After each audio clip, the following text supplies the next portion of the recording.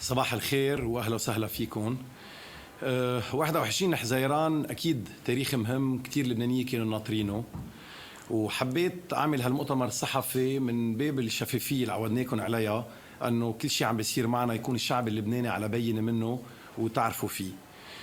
فاليوم اكيد مثل ما بتعرفوا بتخلص المهله للي اعطاها مجلس وزراء لقطاع المقالع والكسارات بلبنان، وهيدي شغله اكيد بترتب مسؤوليات وبتوصلنا على مرحله جديده هلا نحن عم نفوت عليها.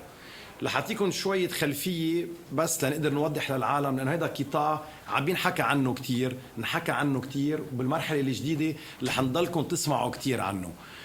لأسباب اللي قلتها بأول مؤتمر صحفي أنا، وقلت عن كمية الرخص اللي معطات، كمية المقالع اللي موجودة، وكمية القليلة من الرخص الشرعية اللي انعطت للقطاع.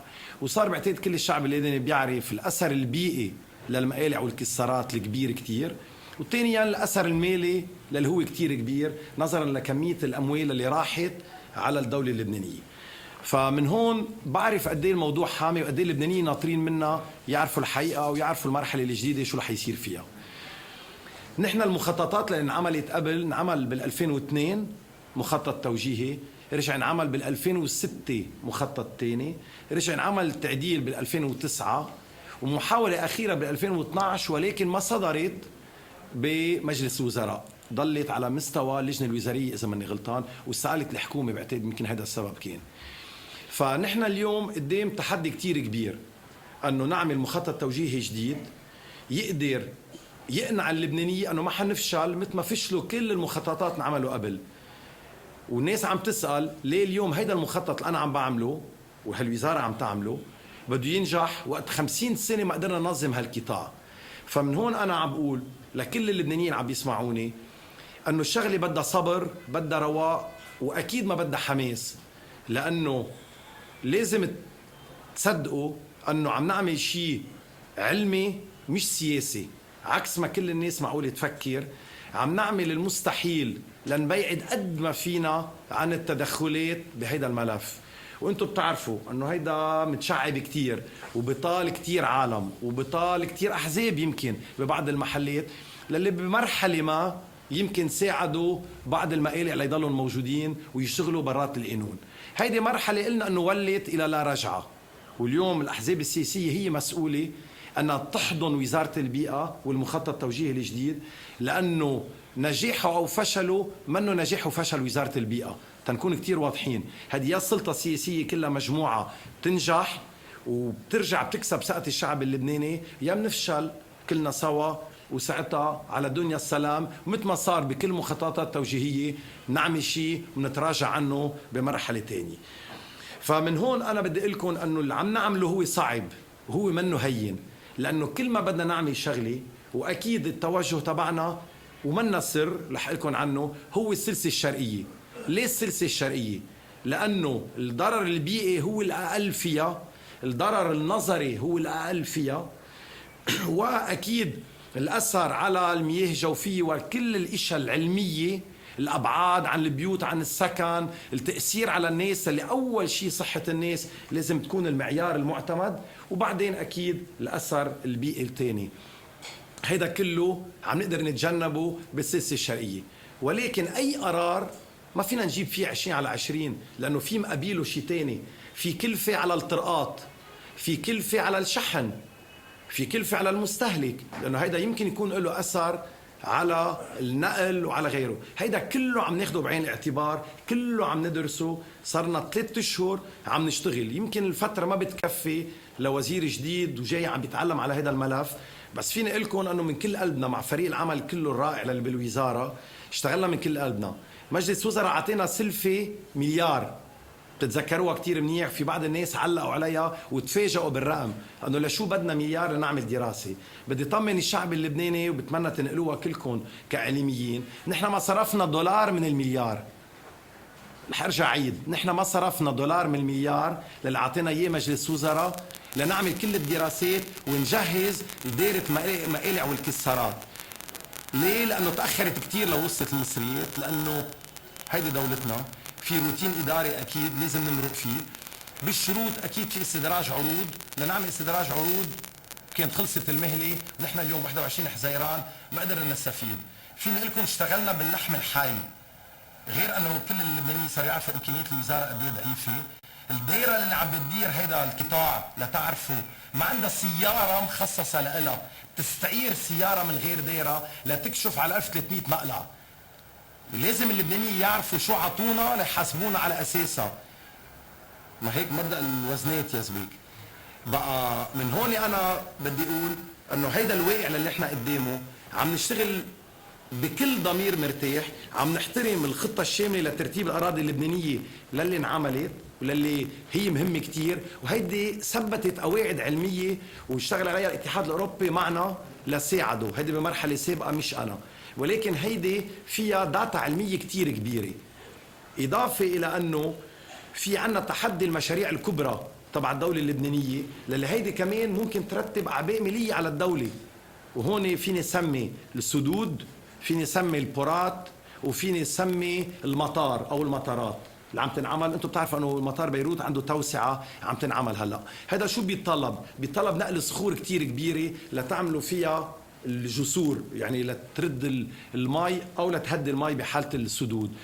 هيدي بتتطلب نقل بكاميونات كتير كبيره، وبس ننقلها فينا ننقل صخره كتير كبيره بالكاميون، عكس البحث اللي فينا نعبيه ونستفيد الماكسيموم من النقله تبعنا.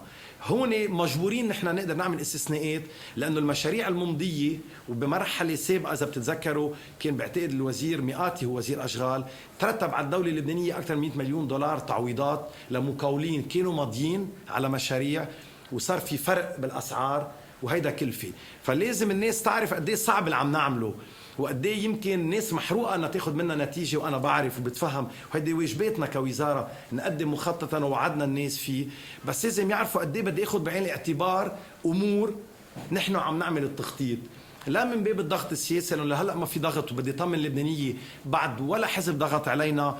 وبعرف ناس رح يفكروا في محميات وحميات امنيه وسياسيه، رح طمن اللبنانيه وضميري كتير مرتاح، ما حدا نتدخل معنا وما حدا عم بيأثر علينا. والاجتماعين اليتيمين اللي عملناهم نحن باللجنه الوزاريه، وهي لازم كمان اللبنانيه يعرفوها، ليه نحن وصلنا ل 21 حزيران وما عنا بعد مخطط نهائي وافق عليه مجلس وزراء.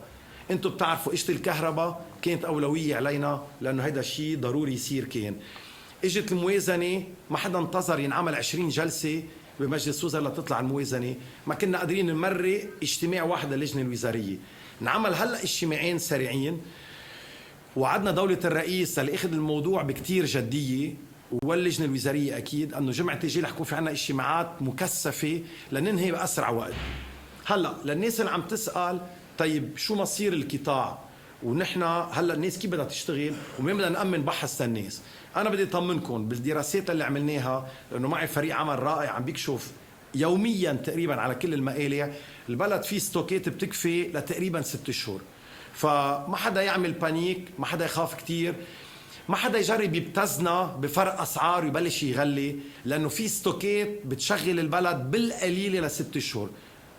هيدي من ناحيه لنطمن كل اللبنانيين، كل المقاولين، كل اللي بيشتغلوا بالقطاع، لانه هيدا قطاع بدنا نحميه كلنا، وقطاع بدنا نتساعد فيه لانه هو ضروري بيشغل الاف الناس، ونحن كلنا بحاجه نبني بيوت وطرقات وجسوره، وما لازم البلد يوقف، بالعكس وقادمين على مرحله جديده فيها صادر، في مليارات الدولارات رح تنصرف على البنيه التحتيه لطالما نطر الشعب اللبناني، واكيد مش نحن كوزاره بيئه بدنا نعرقل هالمشاريع. فهيدي بالنسبة للبحث. بالنسبة للرمل في مرامل بعدها عم تشتغل اليوم ضمن المخطط التوجيهي للي عم بينعمل، عم تشتغل ونحن منا ضدها ابدا، بالعكس عم نشجعها. ولكن مثل ما قلت من اول يوم ورح ارجع عيدها هلا، نحن متجهين لاستيراد الرمل، لانه المرامل بلبنان اثرها البيئي كتير كبير، وللي انا قدمته المخطط التوجيهي وللي في شبه توافق عليه من الكل الحمد لله، هو انه الرمل لازم يستورد من برا. كلكم شفتوا معي حادثة العيشية من كم يوم، للي كانوا معي بميروبا بيتذكروا شو صاير بميروبا. كل المحلات اللي فيها رمل بلبنان لو شو ما عملنا عم نأثر يا على الشجر المعمر، يا على المياه الجوفية، يا على البيئة الحاضنة، فأثره رح يكون كتير كبير. من هون توجهنا هو لاستيراد الرمل. بلش يجي بواخر الرمل لهلا، بدعي عبركم كل اللبنانية للي بيشتغلوا بهالمجال او عبرهم يستثمروا بهالمجال يروحوا يبلشوا يبرموا على أسواق إن شاء الله بلاد مجاورة لنا، سوريا أو بلاد مثل مصر بيجوا بالبحر أو الجزائر أو المغرب أو تركيا، كلهم عندهم، كلهم مسعدين يتعاونوا معنا. دولة الرئيس مثل ما بتعرفوا على جدول أعمال مفاوضات مع الدولة المصرية الشقيقة، طرح هذا الموضوع، انعمل شيء جدي كتير فيه، صار في اتفاق رح نشوف نتائجه قريبا كتير ان شاء الله بموضوع الدعم المصري لاستيراد الرمل من هونيك، لانه في ضريبه بتنحط على الصادرات للي عم نجرب نحن والحكومه المصريه مشكوره نتساعد فيها. هذا بيخلي الرمل المصري يكون عنده قدره تنافسيه كتير كبيره، ويكون لبل ببعض المحلات ارخص من اللبناني مش اغلى من اللبناني. فهيدي بعتقد حكيت فيها. نحن اليوم كمان بدنا نتفق انه في 3 عناوين كبيره بموضوع المقالع والكسارات بهالقطاع. في اولا جزء قانوني كتير كبير، لانه نحن عنا مخالفات عمرها 50 سنه، واليوم انا بعت كتاب لهيئه التشريع والاستشارات لاعمل شيء قانوني يكون ضميرنا مرتاح فيه كتير. طلبنا منهم يعطونا راي قانوني بكل انواع الرخص للي اتخذت، للي هي برات المخطط التوجيهي وبرات اي قانون، لانه القانون صار واضح للبنانيه هو فقط المجلس الوطني للمقالع والكسارات، فقط برجع بعيدة، فقط كل شيء براته هو يعتبر استثناء. بيسوى يكون استثناء قانوني وانا مني مرجع، المرجع هو بده يكون اكيد وزاره العدل مش انا، وهيدا الجزء القانوني ناطرين راي وعدونا الاسبوع الجاي فيه كون عم طلع اللبنانيه براي مستند على قانون مش على اعتباطيه او مزاج وزير. تاني شيء في عنا جزء مالي كتير كبير، وهون وزارة المالية عندها دور كتير كبير تعمله، للي بالمرحلة الجديدة رح تسمعوا عنه كتير، بتكليف كل هالأشخاص اللي اشتغلوا وما دفعوا للدولة اللبنانية مستحقاتها، وهيدي ملكنا نحن كشعب لبناني، وما لازم نقبل نسكت عنها كلها، لأن هدول الناس استفادوا صحتين على قلبهم. ما فينا نراجع الزمن لورا، بس الدولة ما بيروح حقها وما لازم يروح حقها، وما لازم نحن شعب لبناني نسكت عن هذا الموضوع ولا بشكل من الأشكال. الجزء الأخير اللي بيعني لنا بالوزارة هو الضرر البيئي، وهون نحن كمان رح نتحمل مسؤوليتنا بعدكم، وما عم نعمل إلا نطبق القانون، وكل المقالع رح تتسكر بالمرحلة الجديدة، ورح نكون عم نلحقها، لا منلحقها بالسياسة لأن صرتوا مقتنعين أنه نحن ما عم نتعاطى سياسة بهذا الملف، نحن ما عم نعمل إلا القانون وضميرنا شو بيقول والبيئة شو بتعلمنا.